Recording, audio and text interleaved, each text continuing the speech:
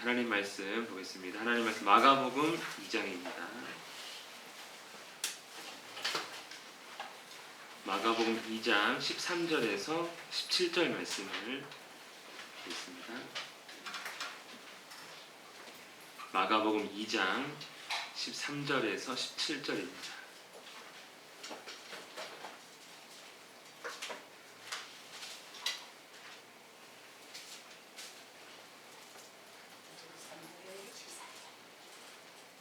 신약성경 56쪽에 있습니다.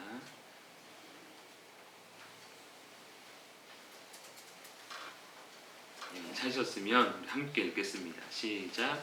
예수께서 다시 바닷가에 나가심에 큰 무리가 나왔거늘 예수께서 그들을 가르치시니라. 또 지나가시다가 알페오의 아들 레위가 세관에 앉아있는 것을 보시고 그에게 이르시되 나를 따르라 하시니 일어나 따르니라.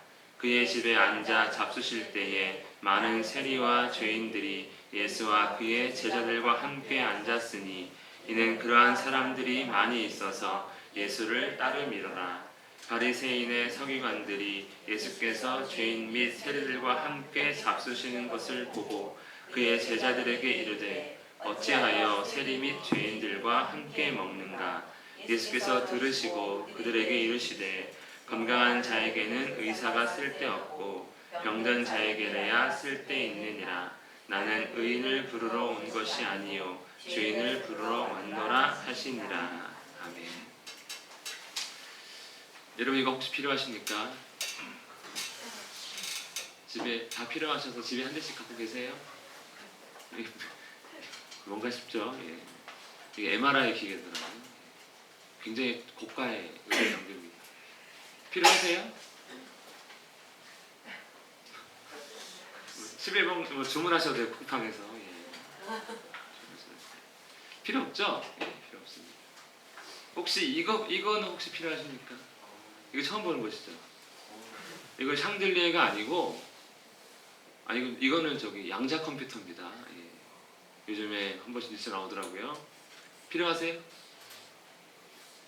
부담스럽죠 또. 예. 코인 만들 때. 그런가요? 코인 만들 때 쓰니까.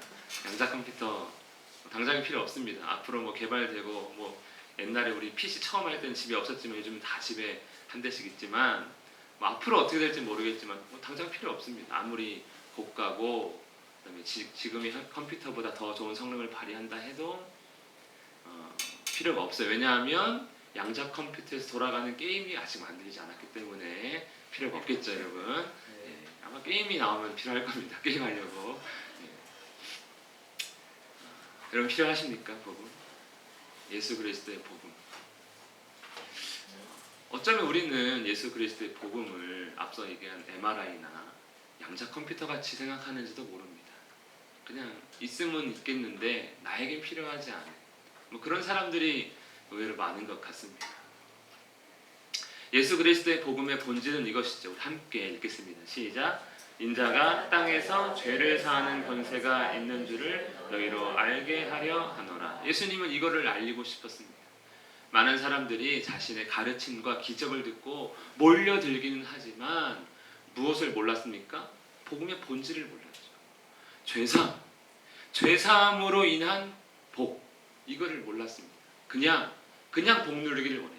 아프면 고침받고 그 다음에 좋은 말씀 들으면서 귀가 즐겁고 뭐 이렇게 복음을 받아들이고 있는데 그게 아니다 하시며 중풍병자가 자신에게 나올 때 그 상황 가운데서 죄사함이 진짜다, 이게 본질이다 라고 말씀을 하셨습니다. 이게 중요한 거죠. 이게. 그리고 나서 누리는 복이 진짜입니다. 죄사함 없이 누리는 복은 잠깐 그냥 즐거울 뿐이죠. 우리 오늘 말씀 한 번 더 함께 읽겠습니다. 시작. 예수께서 다시 바닷가에 나가심에 큰 무리가 나왔거늘 예수께서 그들을 가르치시니라. 큰 무리가 많은 사람들이 예수님 앞을 나왔습니다. 예수님의 등장, 그리고 많은 사람들이 따르는 것, 그리고 가르치시는 예수, 우리가 지금 마가복음을 통해 나타나는 반복되는 일들입니다. 예수님이 나타나시고 많은 사람들이 몰려오면 예수님이 가르치십니다. 서비스로 기적도 베풀어 주십니다. 그래서 하나 궁금해지더라고요. 가르치는 입장에서 어떻게 가르치셨을까? 왜 그건 기록하지 않았을까? 참 아쉽더라고요. 나도 좀 따라하면 좋을 것 같은데. 그런데 나중에 좀 생각이 바뀌었습니다. 아무튼 예수님의 가르침이 잠깐 궁금하기도 하시죠? 나도 우리 자녀들 그렇게 가르치고 어딘가에 다른 사람 지도할 때 예수님처럼 나도 가르치면 사람들이 막 몰려오고 되게 교회도 목사가 좀 잘나가지고 잘 가르쳐서 막 몰려오면 좋은 거 아닙니까? 그런데 저는 못하겠고 어쨌든 기록은 안 돼 있고 그런 것 같더라고요. 근데 중요한 건 큰 무리입니다. 큰 무리. 큰 무리가 예수님께 항상 나오고 있습니다. 특별히 예수님께서 예수님 앞으로 나오는 이 큰 무리는 갈릴리의 사람들입니다. 갈릴리 바다를 중심으로 많은 도시들이 있고 또 많은 지파들이 있는데 그 지역에 사는 사람들이죠. 갈릴리 지역은요 소외 지역입니다. 낙후 지역입니다. 그리고 멸시와 천대, 유대 지역에 비하면 유대 땅, 사마리아 땅, 갈릴리 땅이 있는데 이 갈릴리 지역의 사람들은 그냥 천민들이었어요. 천민들. 바리새인들이나 서기관들이나 사두개인들이나 정치적으로 큰 집단들이 있는 곳이 아니라 그냥 소위 서민들, 하지만 천민들이 살고 있던 곳이죠. 경제적으로 풍요로운 곳은 결코 아니었습니다. 곤란합니다. 성경에서도 갈릴리를 어떻게 표현하냐면 유대 민족들이 많이 살고 있음에도 불구하고 이방인들도 많이 섞여 살아서 그런가 오히려 이방의 갈릴리라고 부릅니다. 그러니까 별로 그냥 기분 나쁜 땅이다 이거죠. 거기 살아도 별로 안 좋은 곳, 이렇게 낙후 지역으로 여기는 곳이 갈릴리입니다. 그 갈릴리 사람들이 예수님께 나오는 것이죠. 왜 나옵니까? 이렇게 어려운 상황 가운데 있는데 예수님이라는 한 사람이 나타나서 멋진 가르침을 주는 것으로 끝나는 것이 아니라 고쳐주잖아요. 아픔을, 질병을 해결해 줍니다. 기적을 베풀어 주십니다. 그러니 그들에게 예수님은 기쁜 소식이 되는 것이죠. 기대감은 막 올라갑니다. 죄사함의 권세 있다며 약간 신성모독적 발언을 했어도 그것은 문제가 되지 않습니다. 원래 잘하면 문제되는 것 아니잖아요. 우리 학교에서도 공부 1등하는 애가 사고치면 문제 안 됩니다. 공부 1등이니까. 그렇죠? 공부 못하는 애가 좋은 일 하면 혼납니다. 이거 할 시간에 뭐 하라고요? 공부하라고. 참 희한하지 않습니까? 예수님께서 기적 베풀고 하니까 신성모독 발언은 괜찮은 것 같아요. 사람들은 예수님을 기대하며 그가 나타나기만 하면은 막 몰려들고 그의 기적을 바라보며 따르고 있습니다. 우리 14절 말씀입니다. 시작. 또 지나가시다가 알페오의 아들 레위가 세관에 앉아있는 것을 보시고 아멘. 여기까지.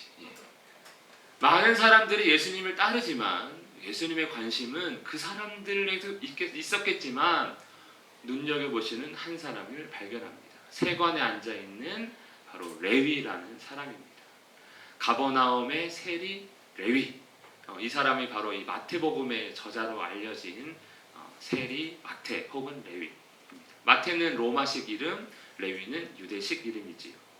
이 사람은요 예수님을 따르는 많은 무리 밖의 사람입니다. 섞여 있지 않았어요. 많은 사람들이 예수님의 기적을 경험하며 말씀을 가르침을 듣고 있을 때 이 사람은 어디 앉아 있다고요? 세관에 앉아 있습니다. 특별히 가버나움에 있는 세관이었는데 이 가버나움은 로마 군대가 주둔하는 그러한 장소입니다.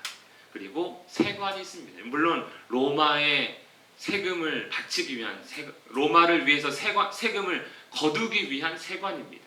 그리고 가버나움은 갈릴리에서 제법 큰 도시가 됩니다. 그런데 로마 군대가 주둔하고 있죠. 로마의 세금을 거두는 세관이 있죠. 아마 유대인들 보기에는 기분 나쁜 도시, 좀 부정한 도시. 그래서 거기서 일하는 사람, 관련된 사람들은 부정한 사람들, 이런 아마 인식을 갖고 있었을 것입니다. 거기서 이제 레위가 세리로 일하고 있는 것이죠. 세리로 일하면 요즘으로 말하면은 이제 세무 공무원입니다. 세금을 거두기 위해서 이제 애쓰는 사람들이죠. 특별히 당시 이 세리는 로마 정부의 세금 징수원입니다. 정식으로 고용된 정규직이라기보단 계약직 성향이 강합니다.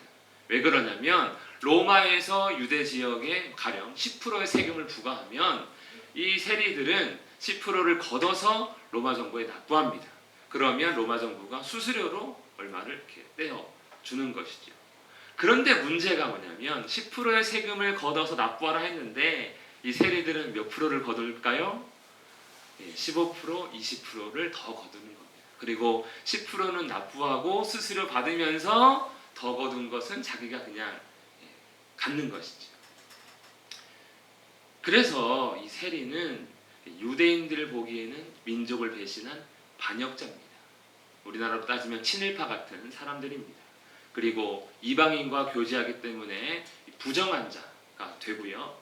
그리고 유대교에서는 당연히 출교를 시킵니다. 그러니까 세리로 일한다는 건 유대 사회에서 인정받지 못하는 사람입니다.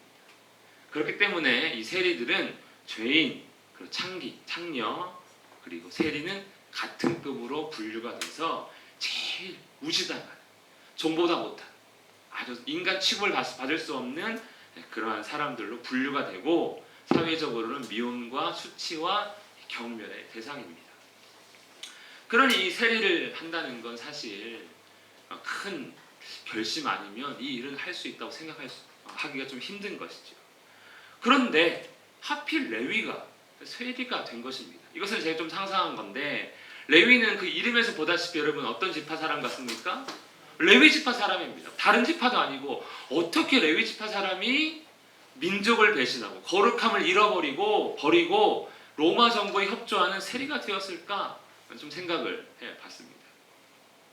성경에서 답이 있으면 좋을 텐데 답을 주진 않더라고요. 그런데 구약적 배경으로 생각해 보면 레위 지파는요 기업이 있습니까 없습니까? 없습니다. 그들은 조상들에게 물려받은 땅이 없어요. 성전이 유일한 기업인데 그 당시 로마 통치하에 성전은요 레위인들 제사장 지파인 레위 지파가 섬기지 않았습니다. 성전을 장악한 건 사두개인들이라고 하는 이 정치 집단이었습니다. 사두개인들은 그냥 가설인데 성전에서 1대 성전 대제사장이었던 사독이란 사람의 후예들이란 뜻으로 이 사두개인이란 말을 쓴 것 같은데 문제는 사독의 후예들이지만 레위 지파는 아니라는 거예요. 헬라 시대 당시 이 정치 세력과 결탁해서 제사장 직분을 돈을 주고 사온 사람들. 이 사람들이 이제 성전을 장악해서 우리가 요한복음이나 다른 복음서에 보면은 성전에서 물건 파는 사람들 있지 않습니까? 뭐 양소 팔고 동전 바꿔주고 하는 사람들. 거기에 대한 이권을 자기들이 가지고 거기 수수료를 또 빼먹는 그런 사람들이 이제 사두개인들이 성전을 장악하고 있으니까 레위 지파 사람들의 생계는 실제로는 없는 것이죠. 기업이 없습니다. 성전도 빼앗겼습니다. 아마 그리고 로마 치하입니다. 유대 왕이 다스리면 율법에 호소해서 성전 자리를 뭐 회복할 수도 있겠지만 로마 치하입니다. 아마 레위 입장에서 선택할 수 있는 살아남기 위해 선택할 수 있는 최선이 무엇이었을까? 그래서 돈이 아니었을까? 그리고 남들이 꺼려하는 세리가 되는 것이 가장 쉽지 않았을까? 그렇게 생각을 해봅니다. 우리의 상황도 좀 비슷할 때가 있지 않습니까? 우리 여러분 물려받은 거 좀 많으세요? 그죠? 정말 태어나기만 했죠. 우리 다. 우리 자녀들 부모님께 물려받을 거 있는 것 같아요? 예원이 은생이? 그리고 뭐가 보장돼 있습니까? 성전 이런 우리에게 뭔가 보장된 직장이 있습니까? 없습니다. 우리가 지금 흑수저 세대들이 제일 기대하는 게 뭡니까? 결국 돈이잖아요. 그러니까 영끌에서 집 사고 영끌에서 주식 사고 영끌에서 코인 투자하고 하다가 지금 금리 올라가가지고 다 지금 또 없어서 산 돈 다 빚까지 져가지고 막 죽어나가고 있지 않습니까? 레위도 거의 비슷한 상황이지 않았을까 생각해 봤습니다. 그래서 레위는요 가만히 보니까 이분은 사회적 나병환자예요. 자기는 몸은 건강했지만 사회적으로 죄인으로 낙인 찍힘 받아서 배척당하는 나병 환자가 딱 그렇게 살았는데 그 부정한 자로서 살아가고 있는 것이 거룩한 레위 지파 사람 레위가 된 것입니다. 참으로 쓸쓸한 사람인 것이죠. 그때 예수님께서 말씀하십니다. 시작. 그에게 이르시되 나를 따르라 하시니 예수님께서 일부러 레위를 찾아가셔서 그를 부르십니다. 이것이 예수님의 관심이 있었던 것이죠. 관심이 레위에게 있었던 것이죠. 그리고 결론은 일어나 따르니라. 레위가 그 말에 그냥 응답해서 마치 아무런 고민하지 않고 결단해서 따른 것처럼 보입니다. 레위는요, 이 마태는 예수님의 제자가 되었습니다. 그 말 한마디로. 아마 그도 세관에 앉아서 가만히 세상에 눈, 코, 입 다 닫고 눈과 귀 닫고 살았겠습니까? 예수님에 대한 소문을 많이 들었을 것입니다. 그의 위대한 가르침과 특별히 하나님 나라에 대한 가르침과 그리고 기적들, 그리고 최근에 들은 소식은 중풍병자 사건, 죄사함의 권세가 있대 하면서 그런 소식을 들었을 것 같습니다. 그래서 그는 그분이라면 다시 나의 인생에 뭔가 전환점을 맞이할 수 있지 않을까. 내가 이 땅에 등지고 세리가 되었는데 다시 뭔가 새롭게 이 세리의 삶을 버리고 이 천대받고 무시받고 죄인으로 살아가야 할 이 삶을 버리고 뭔가 새로운 시작을 할 수 있지 않을까 기대했을 때 예수님이 불러주신 것 같습니다. 그래서 그는 당장에 자기가 누렸던 것들을 포기한 것이죠. 약간의 권세 그리고 재물을 포기해야 합니다. 그의 포기는요, 베드로, 안드레의 포기와는 좀 달라요. 왜냐하면 베드로, 안드레, 야고보, 요한은 자기 부모님의 직업을 포기한 거예요. 그래서 예수님의 제자 그만두면 다시 어디로 갈 수 있습니까? 예, 다시 물고기 잡으러 가면 됩니다. 그런데 이 레위는 달라요. 이거 예수님 제자 포기하는 순간 돌아갈 수 있는 것도 사라지는, 그러니까 좀 더 큰 결심이 필요한 일 같습니다. 그리고 예수님을 따른다는 건 다시 유대 사회로 복귀하는 거랑은 전혀 다른 문제입니다. 유대 사회로 복귀하는 게 아니라 또 다른 세상으로 가는 것이 바로 예수님을 따르는 것입니다. 우리가 예수님 잘 믿으면 세상에서 핵심 멤버가 되는 게 아닙니다. 하나님 나라에서 핵심 멤버가 되는 것이죠. 예, 그의 선택은 세상으로의 복귀는 또 아니었습니다. 그의 결단은 한마디로 요약한다면 회개였습니다. 회개. 자신에게 주어진 것들, 자신의 가치들을 다 뒤로 한 채 예수님을 따르는 것이지요. 아마 그가 회개한 이유는 돈을 벌어보니까 뭐가 달라졌나? 달라진 건 없는 것 같아요. 그냥 돈만 많은 부정한 자가 되는 것이죠. 정치적, 사회적으로 뭔가 변화가 생길 거라고 예측했기 때문에 그가 세리를 버린 건가? 그것도 아닙니다. 로마는 강대국으로서 이 이후로도 몇백 년을 더 지속한 나라입니다. 회복에 대한 갈급, 이거는 좀 더 바랄 수도 있겠지만 유대 사회로서 회복되지는 않습니다. 아마 그는 죄사함의 권세에 대한 소식을 듣고 그는 반응한 것이 아닐까 생각해 봅니다. 왜냐하면 자기가 레위 지파 출신으로서 세리를 한다는 것은 그의 삶에서 항상 나는 죄인인데 하는 그런 죄책감과 부담감이 있지 않았을까 합니다.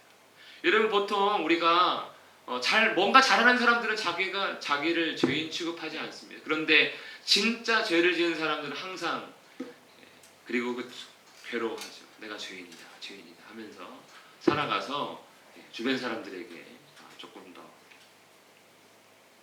힘든 모습들을 나타내지 않습니까? 그는 아마 늘 힘들었던 것 같습니다. 그런데 죄를 사하는 예수님의 권세에 대한 소식을 듣고 예수님께 반응한 것이죠. 15절입니다. 시작. 그의 집에 앉아 잡수실 때에 많은 세리와 죄인들이 예수와 그의 제자들과 함께 앉았으니 이는 그러한 사람들이 많이 있어서 예수를 따름이더라. 세리 레위가 예수님의 제자가 된 직후 자기 집에서 식사를 베풀었습니다. 예수님과 그의 제자들만 부른 것이 아니라 다른 세리 동료들과 그리고 죄인들까지도 불렀습니다. 그의 제자들, 그의 회개는 그냥 쇼가 아니라 진짜였던 것 같습니다. 초청한 사람들이 그런 것들을 보여주는 것이죠. 나와 함께 예수님 따르자, 아마 이런 의미가 아니었나 생각을 합니다. 그래서 레위의 집에서 예수님은 식사를 하십니다. 그런데 이것이 나중에 문제가 됩니다. 그리고 예수님 식사하실 때 많은 세리와 죄인들이 함께 있는 것이죠. 한마디로 갈릴리 지역에 있는 모든 죄인들 다 불러 모아가지고 식사하고 있는 겁니다. 안 좋은 거죠. 안 좋은 거죠. 여러분, 우리 교회 안에 만약에 사람들이 몇 명 이렇게 오셨는데 뭐 출소한 지 얼마 안 됐거나 아니면 뭐 정신병원에 다니고 있거나 아니면 좀 술을 취해 들어오거나 한다면 우리는 어떻게 반응하겠습니까? 앉아 있어도 오늘 예배는 다 드린 겁니다. 부담스러워가지고 눈치 보면서 야 이거 어떻게 해야 되나 말아야 되나 뭐 이러고 있지 않겠습니까? 예수님이 딱 그런 사람들과 어울리고 있으니까 뭔가 상황이 좋게만 흘러가는 것 같지는 않은 거예요. 이 사람들도요, 많은 무리지만 이 사람들도 아까 예수님께 몰려왔던 그 무리 밖의 사람들입니다. 사회적 나병 환자들이 서로 모여서 살고 있는 것과 똑같은 것이죠. 그런데 예수님은 그들과 함께 먹는다는 것, 식구가 된다는 것, 친구가 되어 주셨습니다. 그 이유가 있습니다. 17절에 있지만 우리 먼저 16절 말씀을 함께 읽겠습니다. 시작. 바리새인의 서기관들이 예수께서 죄인 및 세리들과 함께 잡수시는 것을 보고 그의 제자들에게 이르시되 어찌하여 세리 및 죄인들과 함께 먹는가. 아멘. 이건 또 당연한 반응입니다. 우리가 지난주에 죄사함의 권세가 있는 줄을 알게 하려 하노라 할 때 이것은 신성모독이로다. 이거는 당연한 반응이었다는 거예요. 이것도 당연한 반응입니다. 예수님은 회당에서 설교를 할 수 있을 정도로 율법에 정통한 사람입니다. 그리고 그가 전한 교훈은 권세 있는 새 교훈이었습니다. 많은 사람들에게 기적을 베풀며 많은 사람이 지금 예수님을 따르고 있습니다.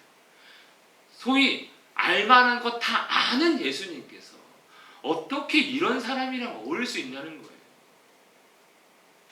없지 않습니까? 우리의 자녀들이 질 나쁜 친구들이랑 어울리면 우리 복음 전하라 말하지 않습니다. 네. 다음부터 만나지 말라고 설득을 하기 시작하겠죠.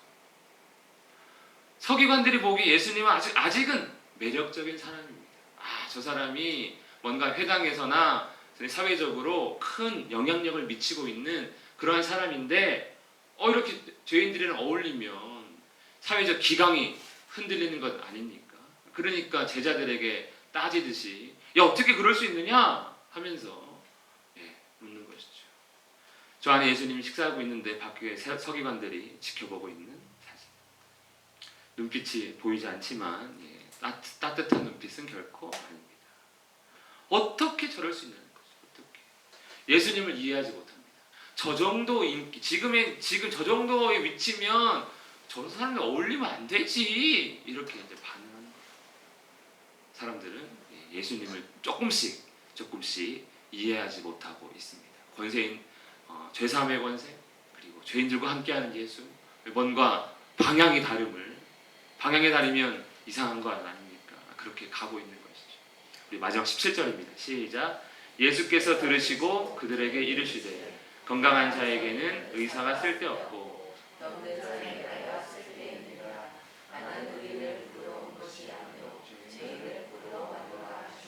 아멘. 예수님은 많은 사람들이 따르고 있지만 그 사람들은 죄의 문제에 관심이 없었습니다. 예수님은 자기를 필요로 하는 사람들에게 관심을 갖고 있었죠. 그 사람들 누구입니까? 죄인입니다. 죄인. 특별히 스스로 죄 있다 생각하는 사람들, 스스로 죄인임을 부정하지 않는 사람들. 그래서 그 죄로 인해 괴롭고 힘든 사람들이 예수님은 찾고 있는 것이죠. 그래서 많은 사람들이 따라왔지만 그 사람들이 아닌 레위 마태를 자기 제자로 부르시면서 그래 네가 복음이 필요한 자구나 하는 걸 우리에게도 보여주십니다. 많은 사람들이 예수님을 따르며 하나님 나라의 복음을 듣습니다. 그러나 그들이 다 복음이 필요하지는 않았던 것입니다. 그들이 필요한 건 그냥 병 고치고 그들이 필요했던 건 그냥 귀가 즐거운 것 그들이 필요했던 건 삶에 조금 더 좋아지는 삶 이런 것인 것이죠. 월세 살다가 전세 가고 싶고 전세 살다가 집 사고 싶은 그러한 필요 전혀 다른, 예수님의 원하시는 것과 사람들이 원하는 것은 달랐던 것입니다. 이건 뭔지 아세요? 오늘 신문물을 많이 보시네요. 예, 이건 뭔지 혹시 아십니까? 그냥 뭐 그거죠. 우리 저기 병원 가면 걸어놓는 인거 같은 건데, 이게 킴리아라는 약입니다. 킴리아. 혹시 들어보신 적 있을지 모르겠는데 요거 딱 한 팩이 얼마인지 아세요 혹시? 요거 딱 한 팩이 3억 6천만 원. 요거 한 팩이 꿈의 항암제라 부리는 킴리아. 아, 오늘 말씀보다 더 대단한 거죠. 예, 뭐 지금 레위가 지금 제자 되건 말건, 야 저거. 예. 근데 질문 드립니다. 필요하세요? 예, 안 필요하다고 생각하는 거죠. 우리는 다 그렇게 생각하지 않습니다. 나는 건강해. 그러다가 어느 날 암을 발견하면 충격받습니다. 누구보다 내가 필요한 거였니? 이렇게 되는 거죠. 이거는 뭐 맞는 조건들이 까다롭더라고요. 25세 미만이어야 되고 무슨 병이 어떤 조건들 검사해서 거기에 부합하면 자기의 유전자를 채취해서 유전자 조합으로 만든 겁니다. 자기밖에 못 맞아요. 이게 해서 영국인 어디 보내면 거기서 이걸 만들어서 다시 보내주면 딱 한 대 맞으면 치료되는 약입니다. 항암제인데 너무 신기하지 않습니까? 3억 6천밖에 안 합니다. 여러분, 많은 지금 오늘 말씀에 여러 사람들이 등장했습니다. 많은 사람들이 예수님을 따랐고요. 세리 레위가 있었고요. 그리고 레위의 초대를 받은 무리 밖에 무리, 많은 사람들 밖에 많은 세리들과 죄인들, 그리고 마지막에 바리새인의 서기관들은 종류의 사람들이 나왔습니다. 그런데 여기 이 중에 복음이 필요한 자는 누구였습니까? 누구였습니까? 아까 제가 처음에 어떻게 가르쳤을까? 여기에 대해서 좀 부러웠는데 제가 왜 조금 마음이 접혔냐면 이겁니다. 모든 사람이 죄인입니다. 그래서 이 모든 사람은 실제로 복음이 필요합니다. 스스로는 그렇게 생각하지 않을지 몰라도 예수님 보시기엔 다 필요한데 자기는 난 괜찮아요. 다른 데 가서 약 파세요. 저한테는 약 처방 안 하셔도 돼요. 뭐 이런 반응들이 있었다는 것이죠.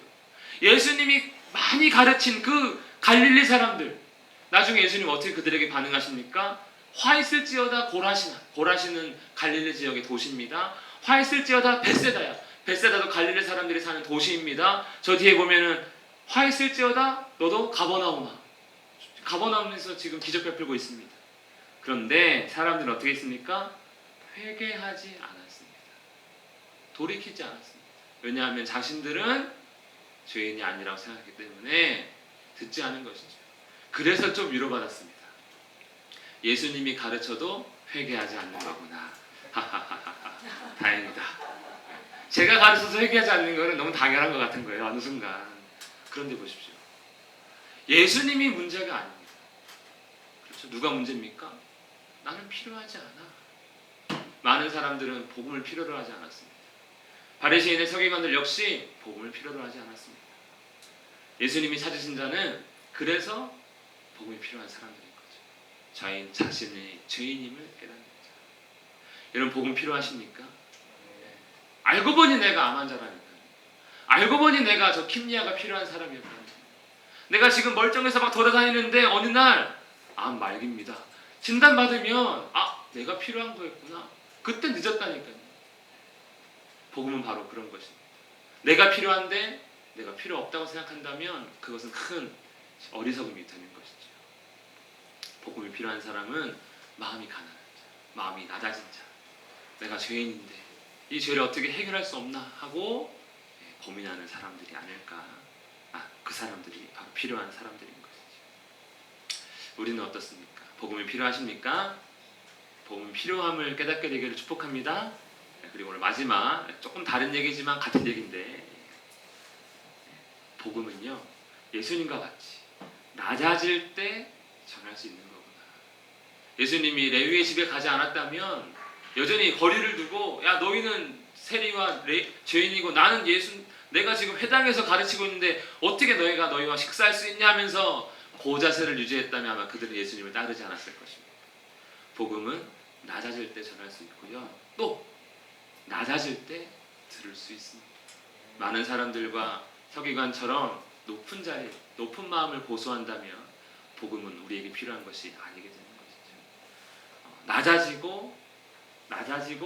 낮아지는 우리 모두가 되기를 축복합니다.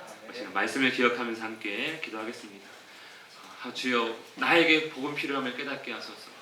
우리 가정에, 우리 사랑하는 친구들이, 내 아이 이웃이, 나의 직장에 있는 많은 사람들이 예수 그리스도의 복음의 필요함을 깨닫게 해달라고 함께 기도하겠습니다.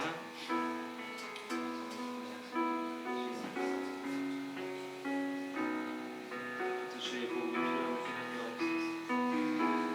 아버지를 사랑하는 가족들이, 아버지 믿지 않는 많은 사람들,